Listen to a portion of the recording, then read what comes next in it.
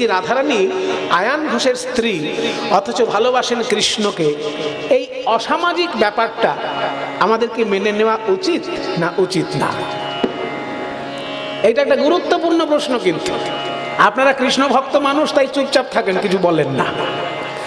কিন্তু যারা কৃষ্ণ ভক্ত নয়, মনে করুন কালী ভক্ত কিংবা নাস্তিক, যে ঈশ্বর মানেই না অথচ ভদ্রলোক, এমন তো অনেকে আছে যারা ঈশ্বর মানে না কিন্তু ভদ্রলোক, পড়াশোনা করে পণ্ডিত লোক অথচ ঈশ্বর মানে না।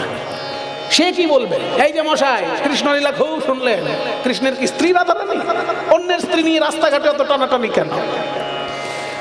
এইরকম বলতে পারে। কাজে এই তত্ত্বটা আপনাদের একটু জেনে রাখা দরকার। খুব মনোযোগ দিয়ে শুনুন। কেন আয়ান ঘোষের স্ত্রীকে ভালোবাসলেন কৃষ্ণ? ওই আয়ান ঘোষটাই বাকে, আর কৃষ্ণটাই বাকে, আর রাধারানীটাই বাকে। শুনে রাখুন। ভালোবাসা হয় তিন রকম। মধুর রসের প্রেমের তিনটে ভাগ আছে, প্রধানত দুটি ভাগ, পরে দুটিকেই তিনটে করা হয়েছে। মধুর রস দুই প্রকার, স্বকীয়া এবং পরকীয়া। স্বকীয়া কাকে বলে?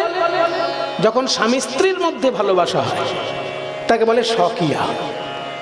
আর স্বামী স্ত্রী নয় অথচ ভালোবাসা তৈরি হয়ে গেছে, এটাকে বলে পরকীয়া। এই পরকীয়াটা দু রকমের আছে। একটা হচ্ছে পরের কন্যাকে ভালোবাসা বা পরের স্ত্রীকে ভালোবাসা। যারা যারা ভাবে যে আমি এখনো বিয়ে করিনি কিন্তু একটা মেয়েকে ভালোবাসছি, সেও কিন্তু এক দিক থেকে পরকীয়া করছে। কারণ মেয়েটির সঙ্গে এখনো তার বিয়ে হয়নি, মেয়েটি কিন্তু অন্যের মেয়ে। সেই মেয়েটিকে খাওয়াচ্ছে পড়াচ্ছে তার বাবা, আর তুমি কিন্তু তাকে মেলায় শুধু ঘুরাতে নিয়ে আসছো। কাজেই যে ভাবছে যে আমি একটা মেয়ের সঙ্গে ভালোবাসে বেড়াচ্ছি মানে খুব পুণ্যের কাজ করছি, ঠিক নয়। যদি কোনো কারণে সেই মেয়েটির সঙ্গে বিয়ে না হয়, ওই মেয়েটি কিন্তু সারা জীবন কষ্ট পাবে। তো এই যে ব্যাপার, যদি কেউ ভাবে যে আমি একটা মেয়েকে ভালোবাসছি বিয়ে করব বলে, তবুও কিন্তু সে পরকীয়াই করছে। কারণ মেয়েটি হচ্ছে পরের মেয়ে, তোমার স্ত্রী নয়, তোমার কোনো নিজের লোক নয়। সেই জন্য পরের মেয়েকে ভালোবাসাটাও পরকীয়া, পরের স্ত্রীকে ভালোবাসাটাও পরকীয়া। দুটো প্রকারের পরকীয়া আছে। তার মধ্যে এই স্বকীয়া প্রেম ভালো না পরকীয়া প্রেম ভালো? ভালো কোনটা? বলছে দেখো, ভালো যদি বলো তাহলে স্বকীয়াই ভালো, আর শ্রেষ্ঠ যদি বলো তাহলে পরকীয়া শ্রেষ্ঠ। ভালো আর শ্রেষ্ঠ এক জিনিস নয়। যেমন ফুচকা খেতে ভালো লাগে কিন্তু শ্রেষ্ঠ কি? পনির খেতে ভালো লাগে না কিন্তু শ্রেষ্ঠ কোনটা? পনিরটাই শ্রেষ্ঠ। তাহলে ভালো কোনটা আর শ্রেষ্ঠ কোনটা? ভালো হচ্ছে স্বকীয়া প্রেম, কিন্তু শ্রেষ্ঠ হচ্ছে পরকীয়া। কেন পরকীয়া শ্রেষ্ঠ? কেন? ব্যাখ্যা আছে যে নিজের স্ত্রীকে যদি কেউ ভালোবাসে, সেই ভালোবাসায় কেউ বাধা দেবে না। এই যে মেলায় হাজার হাজার মানুষ ঘোরাঘুরি করছে, যদি নিজের স্ত্রীকে কেউ একখানা ফুচকা কিনে খাইয়ে দেয়, কেউ বাধা দেবে কি? কিন্তু অন্যের গিন্নিকে যদি কেউ ফুচকা খাওয়াতে যায় বাবা, আর তার কর্তা যদি পাশে থাকে, তাহলে অবস্থাটা কি হবে? সেই জন্য নিজ স্ত্রীকে ভালোবাসলে কেউ বাধা দেবে না। কিন্তু অন্য ক্ষেত্রে ভালোবাসা হলেই মানুষের বাধা দেবে। সাধুও বাধা দেবে, উকিল বাবুও বাধা দেবে, পুলিশ অফিসারও বাধা দেবে। পুলিশের দিক থেকে বাধা, সাধুর দিক থেকে বাধা, উকিলের দিক থেকে বাধা, তিন দিক থেকে বাধা আসবে। এবং যেখানে বাধা বেশি সেইখানে মিলনে আনন্দ বেশি, বিরহে ব্যথা বেশি। এই জায়গাটা ধরতে হবে। ভালোবাসা কিন্তু নির্ভর করে মিলন আর বিরহের উপর। কাজে যেখানে বাধা বেশি সেখানে মিলনে আনন্দ বেশি, বিরহে ব্যথা বেশি। এবার শ্রীকৃষ্ণ মনে মনে চিন্তা করলেন, আমি গোলক থেকে যখন ভুলোকে নেমে আসব ভালোবাসাটা উপলব্ধি করার জন্য, যেখানে ব্যথা বেশি সেই বিরহই আমার চাই, আর যেখানে মিলনে আনন্দ বেশি সেই মিলনই আমার চাই। কিন্তু সেটা নিজের স্ত্রীর সঙ্গে হলে হবে না। এবার নিজের স্ত্রীর সঙ্গে যদি না হয় সেটা আবার অশাস্ত্রীয় হয়ে যাবে। তাই ওদিকে আর একখানা ঘটনা ঘটে গেছে। একজন মুনি, সে আবার কঠিন তপস্যা করেছে। সেই মুনির নাম ছিল অভিমন্যু। সেই অভিমন্যু মুনি কঠিন তপস্যা করেছে নারায়ণের। তপস্যা করে বলছে, ঠাকুর আমি স্বর্গ চাই না, আমি মুক্তি চাই না, আমি চাই লক্ষ্মী ঠাকুরকে আমার স্ত্রী রূপে পেতে চাই। তখন নারায়ণ চিন্তা করছে সর্বনাশ, মুনি ঋষির মাথায় এবার কি পোকা নড়ে উঠল রে বাবা, এর ব্রেনে বোধহয় ক্যান্সার হয়েছে। নাইলে এইরকম কেউ প্রার্থনা করে? এই যে সাধু বাবা, এ আপনি কি চাইছেন? আপনি স্বর্গ চান বা মুক্তি চান? আমার স্ত্রী নিয়ে টানাটানি কেন করছেন? অভিমন্যু ঋষি বলছে, না ঠাকুর, আমি এমন একটা কাণ্ড করব যে বইতে আমার নাম থাকবে। বইতে নাম থাকে দুটো কারণে, হয় ভালোর জন্য, নয় মন্দের জন্য। দেখুন, আব্দুল কালাম আমাদের রাষ্ট্রপতি, তিনিও মুসলমান, আবার লাদেন সেও এক মুসলমান, কিন্তু একজনের নাম আছে বইতে ভালোর জন্য, আর একজনের নাম আছে মন্দের জন্য। দুটোই কিন্তু মুসলমান। আব্দুল কালাম, নজরুল এরা একদিকে, আর লাদেন আর ওই যে কি পাকিস্তানের নামও ভুলে যাই সব, এইসব জঙ্গি নেতা যারা, তাদেরও তো ইতিহাসে নাম থাকবে রে বাবা, কিন্তু মন্দের জন্য তাদের নাম থাকে।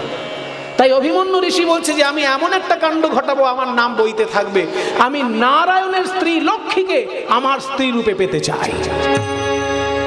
নারায়ণ বললেন, শুনুন, ওটি হয় না, ওটি দেওয়া যাবে না, অন্য কিছু চাই। আমি অন্য কিছু চাইবো না।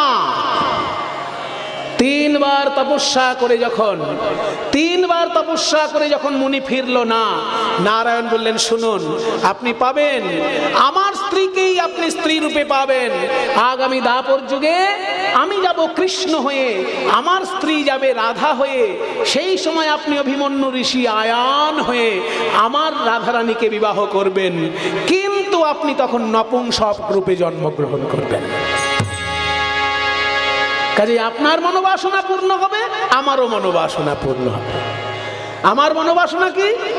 যে আমি প্রেমের রস যখন আস্বাদন করব, গোলক থেকে ভুলকে গিয়ে যেটা শ্রেষ্ঠ সেটাই আমি আস্বাদন করব। তো অন্যের স্ত্রী সাজিয়ে নিচ্ছি নিজের মহাশক্তিকে। তাই রাধারানী হচ্ছেন কৃষ্ণেরই মহাশক্তি, কিন্তু আয়ানের স্ত্রী সাজিয়ে নিয়েছেন, কারণ লোকে দেখবে পরের স্ত্রী, তাই বারবার বাধা দেবে, আর বাধা দিলেই সেখানে মিলনে আনন্দ বেশি, বিরহে ব্যথা বেশি। তাই রাধারানী সঙ্গে কৃষ্ণের ডিভোর্স হওয়ার কোনো সম্ভাবনা নেই, কারণ তাদের বিয়েটাই হয়নি। বিয়েটা তো আয়ান ঘোষের সঙ্গে হয়েছে। ভালোবাসা যেখানে গভীর, সেখানে মান হবে এবং মান দূরও হবে। তবে সত্যিকারের কারণ থাকলে মান ভাঙতে অনেক কাঠখড় পোড়াতে হয়। এই যে দুর্জয় মান, এটা 7টি উপায় আছে এই মান দূর করার। সেই 7টি উপায় কি কি? শ্রীপাদ রূপ গোস্বামী বলেছেন, হেতুর্যস্তু সময়াতি যথা যোগ্যে প্রকল্পিতে সামদান ক্রিয়া ভেদ নতি উপেক্ষা রসান্তরে। হেতুর্যসময়াতি যথা যোগ্যে প্রকল্পিতে সামদান ক্রিয়া ভেদ নতি উপেক্ষা রসান্তরে। হরি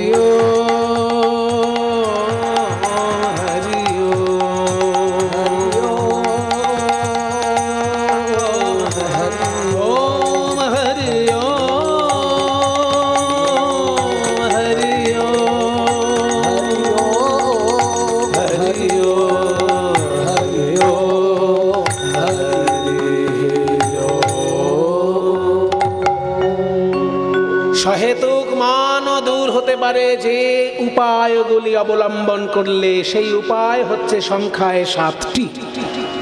কি কি? সাম, মায়েরা মুখস্থ করে নিন এইগুলো। কিন্তু এই যে মান ভাঙানোর উপায় কি, এই নিয়েই আজকের গান বাজনা হচ্ছে।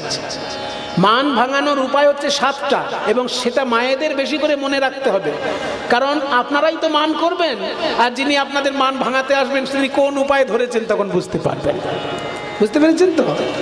ওই জন্য যারা মান করবেন তাদের বেশি করে মুখস্থ রাখা দরকার যে 7টি উপায় কি কি। সেই 7টি উপায় হচ্ছে সাম, দান, ক্রিয়া, ভেদ, নতি, উপেক্ষা এবং রসান্তর। মানেগুলো একটু বলে দিই। সাম মানে মিষ্টি মিষ্টি কথা। সাম শব্দের অর্থ হচ্ছে মিষ্টি কথায় মান ভাঙানো। হ্যাঁ, ওগো কেমন আছো গো, কি গো শুনছো গো, তুমি ছাড়া যে আমার কেউ নেই গো, এই যে মিষ্টি মিষ্টি কথা। এই মিষ্টি মিষ্টি কথায় মান ভাঙানোটাকে বলে সাম পদ্ধতি।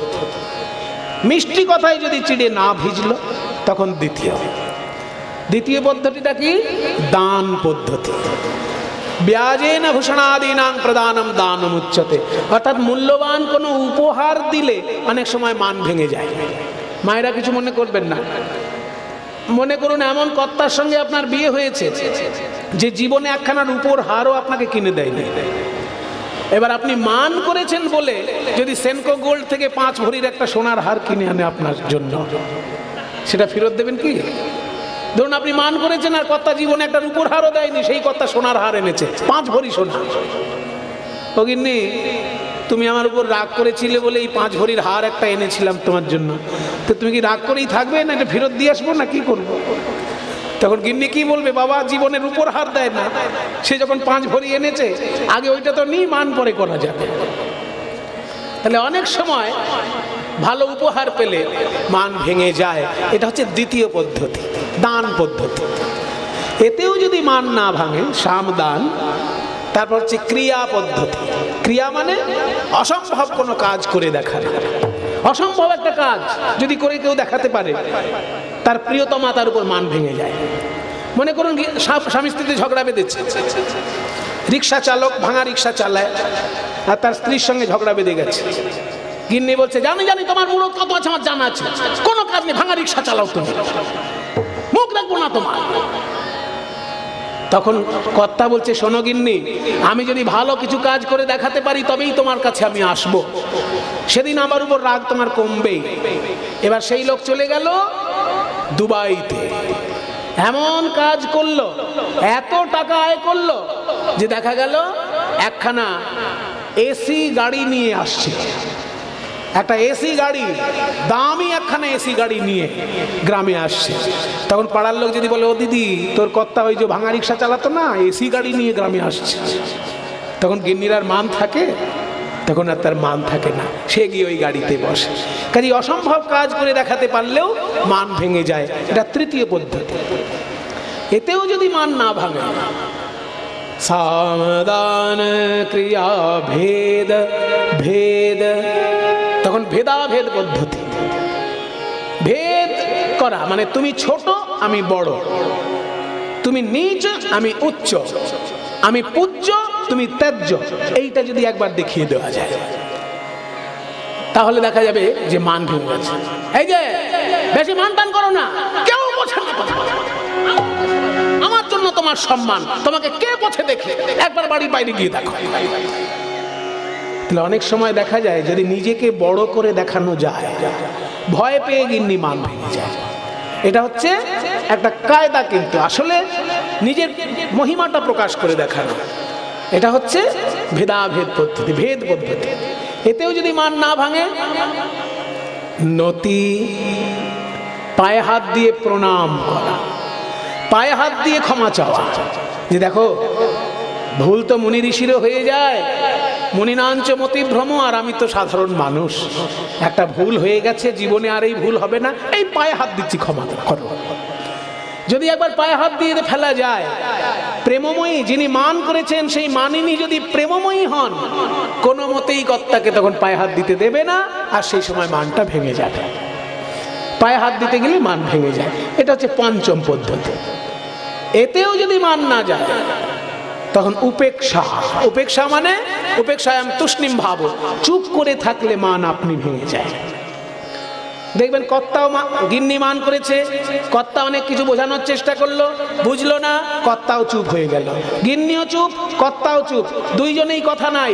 একদিন গেল, দুদিন গেল, তৃতীয় দিন গিন্নি তখন ছেলেকে ডেকে বলছে, এবার তোর বাবাকে খেয়ে নিতে বল, ও যদি না খেয়ে পড়ে থাকে শেষে আমাকেই তো দেখতে হবে। তাহলে চুপ করে পড়ে থাকলেও অনেক সময় দেখা যায় মান আপনি ভেঙে যায়। এই চুপ করে থাকাটাও কিন্তু একটা পদ্ধতি। সামদান ক্রিয়া ভেদ নতি উপেক্ষা 6 নম্বর হয়ে গেল।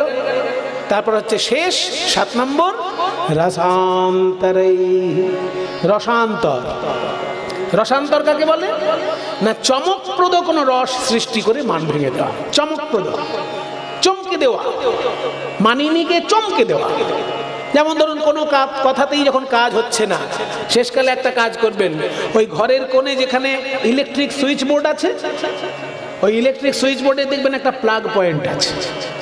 ওই প্লাগে কিন্তু হাত দেবেন না, 2 ইঞ্চি দূরে আঙুল রাখবেন, রেখে একটু ছটপট ছটপট করবেন, ওগো কারেন্ট খেলাম, কারেন্ট খেলাম,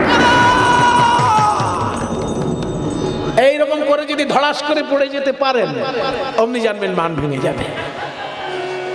গিন্নি তখন গরম দুধ নিয়ে এসে আপনাকে বাঁচানোর চেষ্টা করবে, যে লোকটার উপর মান করবো, আগে বেঁচে থাকলে তবে তো মান করব। এই হচ্ছে ব্যাপার। কাজেই চমকপ্রদ কোনো কাজ করতে পারলে মান ভেঙে যায়। এটা সপ্তম এবং শেষ পদ্ধতি। দেখা যাক গোবিন্দ আমার কোন কোন পদ্ধতি নিয়ে এগিয়ে যান। আজ বিনোদিনী মানে হইলা বাম তাদে আকুলো আমার নাগর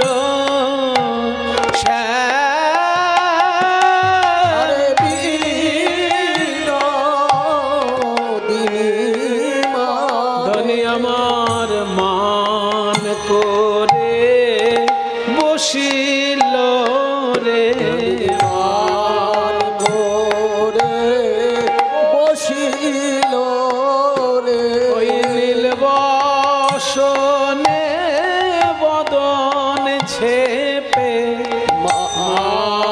মারে বসিল রে, ওই নীল বসনে বদন ঝেপে মান করে বসিল রে, ওই নীল বসনে বদন ঝেপে নানা কালো মুখ হেরব না বলে, নীল বসনে বদন ঝেপে ওই কালো মুখ দেব না বলে, ওই নীল বসনে বদন ঝেপে কালো মুখ হেরব না বলে, ওই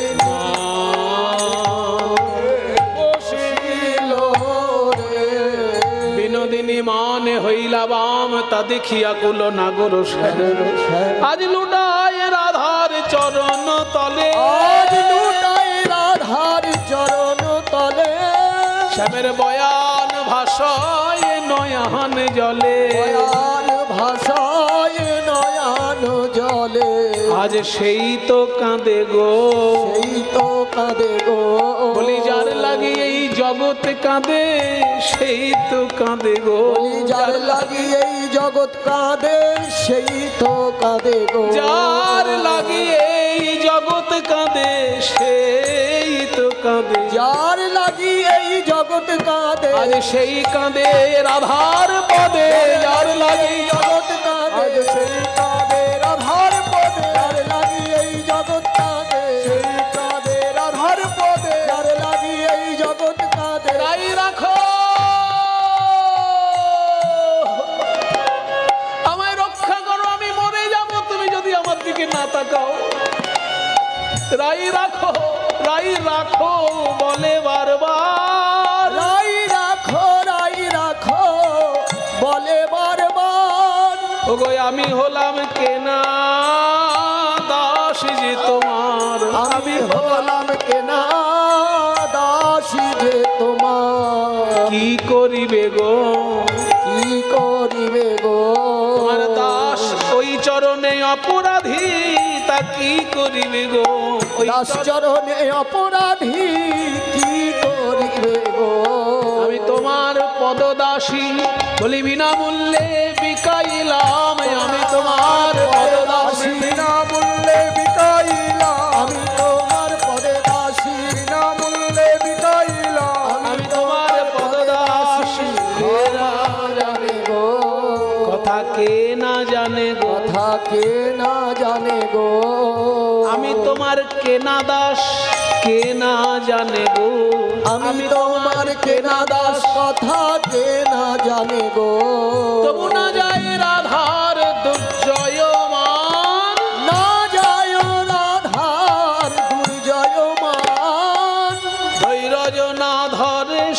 শেখর প্রাণ ধৈরাজ না মানে শেখর প্রাণ বলি প্রাণে ধৈরাজ মানে না প্রাণে ধৈরাজ মানে না পদকর্তা রায় শেখরের মনে প্রাণে ধৈরাজ মানে না রায় শেখরের মনে প্রাণে ধৈরাজ মানে না রায় শেখরের মনে ওই রসিক শেখরের দশা হেরে রায় শেখরের মনে রসিক শেখরের দশা হেরে রায়